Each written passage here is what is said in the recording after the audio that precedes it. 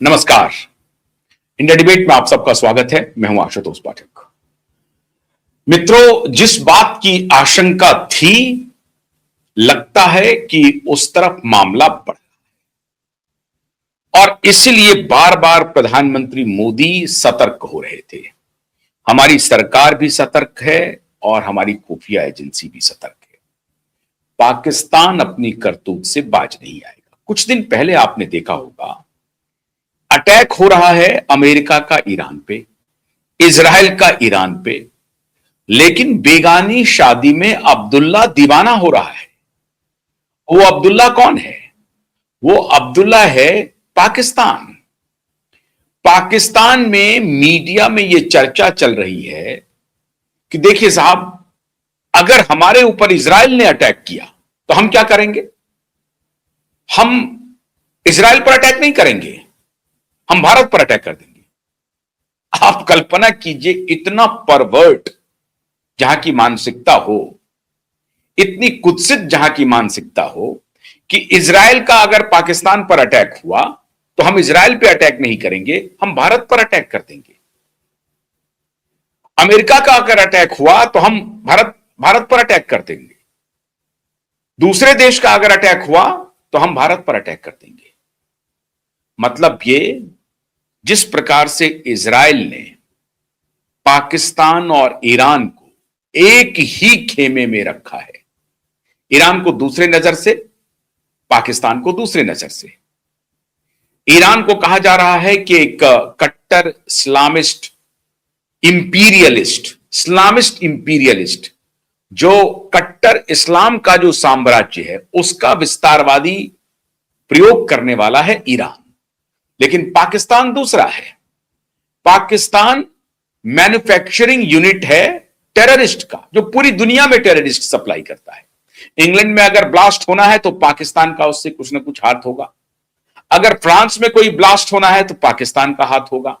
अगर अमेरिका में कोई ब्लास्ट होना है तो पाकिस्तान का हाथ होगा। भारत में अगर कोई हमला होना है, आतंकवादी या ब्लास्ट होना है, तो सिर्फ और सिर्फ पाकिस्तान का हाथ होगा। यह जग विदित है, किसी को बताने की जरूरत नहीं है। लेकिन अब इंग्लैंड, अमेरिका, फ्रांस, ये सब इसके भुक्तभोगी हैं और यह बात इजराइल बार बार दोहराता रहा है। और इसी इजराइल के दोहराने की वजह से अभी कुछ दिन पहले तुलसी गबार्ड ने, जो अमेरिका की खुफिया एजेंसी के सर्वे सर्वा हैं, तुलसी गबार्ड ने कहा कि दुनिया में सबसे खतरनाक देश जो है वो पाकिस्तान है। खतरनाक इन द सेंस, आतंकवादी के पनाहगाह के रूप में ईरान से भी ज्यादा खतरनाक है पाकिस्तान। ईरान तो ठीक है, कट्टर इस्लामिक साम्राज्य को बढ़ाना चाहता है, उसको अक्वायर करना चाहता है, लेकिन पाकिस्तान तो 100 जख्म देने के, 1000 जख्म देने के मैन्युफैक्चरिंग यूनिट है और वहां यही जख्मियों को तैयार किया जाता है, जो खुद भी जख्मी होगा और दूसरों को भी जख्म देगा। इसकी तैयारी करता है पाकिस्तान। और ये कोई हम और आप नहीं कह रहे हैं, तुलसी गबार्ड कह रही है। यही बात इजराइल दोहराता है। और अभी जो इजराइल, ईरान और अमेरिका के बीच में जो निगोशिएशन की बात है, उसमें ये अपनी मुंह मियां मिट्ठू है। ये खुद ही कह रहा है कि मैं मीडिएशन कर रहा हूं। ईरान ने सिरे से खारिज कर दिया कि मैं मीडिएशन में नहीं हूं, मैं मीडिएशन नहीं चाहता हूं, और वो भी मीडिएशन में इस्लामाबाद में क्यों करूंगा? इस्लामाबाद मुझे मदद करने के लिए अगर आना है मुस्लिम ब्रदरहुड के नाम पर, तो आए, हमें सपोर्ट करे। नहीं किया सपोर्ट। पाकिस्तान के 3 लाख सिया फौजी ने विद्रोह कर दिया, बगावत कर दिया मौलाना मुनीर के खिलाफ। इनकी औकात नहीं है कि उनके खिलाफ जाकर के ईरान के खिलाफ हमला बोले। अमेरिका चिल्ला रहा है कि पाकिस्तान आ जाओ, तुम साथ दे दो हमको।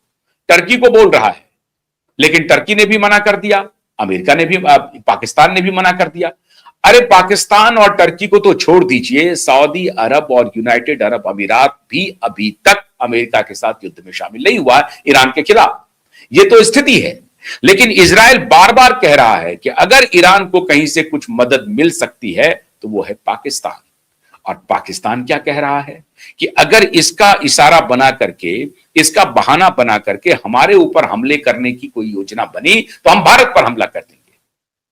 अब इसको ही ध्यान में रखते हुए भारत सतर्क है, क्योंकि पाकिस्तान अपनी कुकृत्य से बाज नहीं आ सकता है। अभी 4-5 दिन पहले की बात है, अलकायदा के 12 टेररिस्ट गिरफ्तार किए गए हैं, पकड़ाए हैं भारत में। और जब उनसे इंटरोगेशन हो रहा है तो जो खबर है वो चौंकाने वाले खुलासे कर रहे हैं। वो भारत में इसी समय में मौलाना मुनीर कुछ ना कुछ प्लानिंग कर रहा है बॉर्डर पे लगातार, और उनकी इच्छा है कि यह समय उपयुक्त है मौलाना मुनीर के हिसाब से। क्यों? उसे खुश करना है अमेरिका को। लेकिन उसे मालूम नहीं है मौलाना मुनीर को कि अमेरिका इस बार तुम्हारे साथ खड़ा नहीं होगा। अमेरिका, जिसका इंटेलिजेंस एजेंसी के लोग कह रहे हो कि पाकिस्तान ईरान से भी खतरनाक है, वो आपको सपोर्ट करेगा। हां, हो सकता है कि डोनाल्ड ट्रंप कुछ पगला जाए तो आपको कुछ देर के लिए, कुछ पल के लिए समर्थन कर दें। लेकिन ईरान के साथ युद्ध करके अमेरिका अपना हाथ जला चुका है। अमेरिका पूरी तरह से अलग थलग पड़ गया है, अकेला पड़ गया है। अमेरिका पाकिस्तान के मदद के लिए अब उनकी हैसियत भी नहीं है कि एक ही जगह कई फ्रंट खोल दे। अमेरिका ऐसा नहीं कर सकता है। इजराइल उनके खिलाफत में खड़ा हो जाएगा। इजराइल का जानी दुश्मन अगर ईरान है तो पाकिस्तान उससे कम नहीं है। इजराइल की दूसरी लड़ाई है, इजराइल की इथनिक लड़ाई है। इजराइल का एक वर्ग संघर्ष है। इस्लामिक कट्टर इस्लाम से इजराइल लड़ रहा है, और आज से नहीं, वर्षों से। तो इजराइल इस लड़ाई में उनको लगता है कि कौन, और जो गलती से ही सही, पाकिस्तान एक न्यूक्लियर आर्म से सज्जित स्टेट है, ऐसा ये दावा करता है। ऐसा कुछ है नहीं, कोई औकात नहीं है पाकिस्तान की। दो हमले में, 2 फाइटर जेट के हमले में पाकिस्तान नेस्त नाबूद हो जाएगा। याद कीजिए आप 1999 का कारगिल युद्ध, क्या कहा था क्लिंटन ने? कहा आकर के, क्लिंटन ने फोन किया प्रधानमंत्री अटल बिहारी वाजपेयी को। प्रधानमंत्री अटल बिहारी वाजपेयी को फोन करते समय कहा कि देखिए, पाकिस्तान तो न्यूक्लियर हथियार से संपन्न स्टेट है, आप हमला बंद कर दीजिए। लेकिन अटल बिहारी वाजपेयी ने कहा कि पाकिस्तान को संदेश भेज दीजिए, सुबह का सूरज पाकिस्तान नहीं देखेगा। ये थे अटल बिहारी वाजपेयी के वर्बेटम स्टेटमेंट, जो सीधा सीधा उन्होंने पाकिस्तान को बोलने के लिए बिल क्लिंटन को कह दिया कि कह दीजिए पाकिस्तान से कि पाकिस्तान कल का सूरज नहीं देखेगा।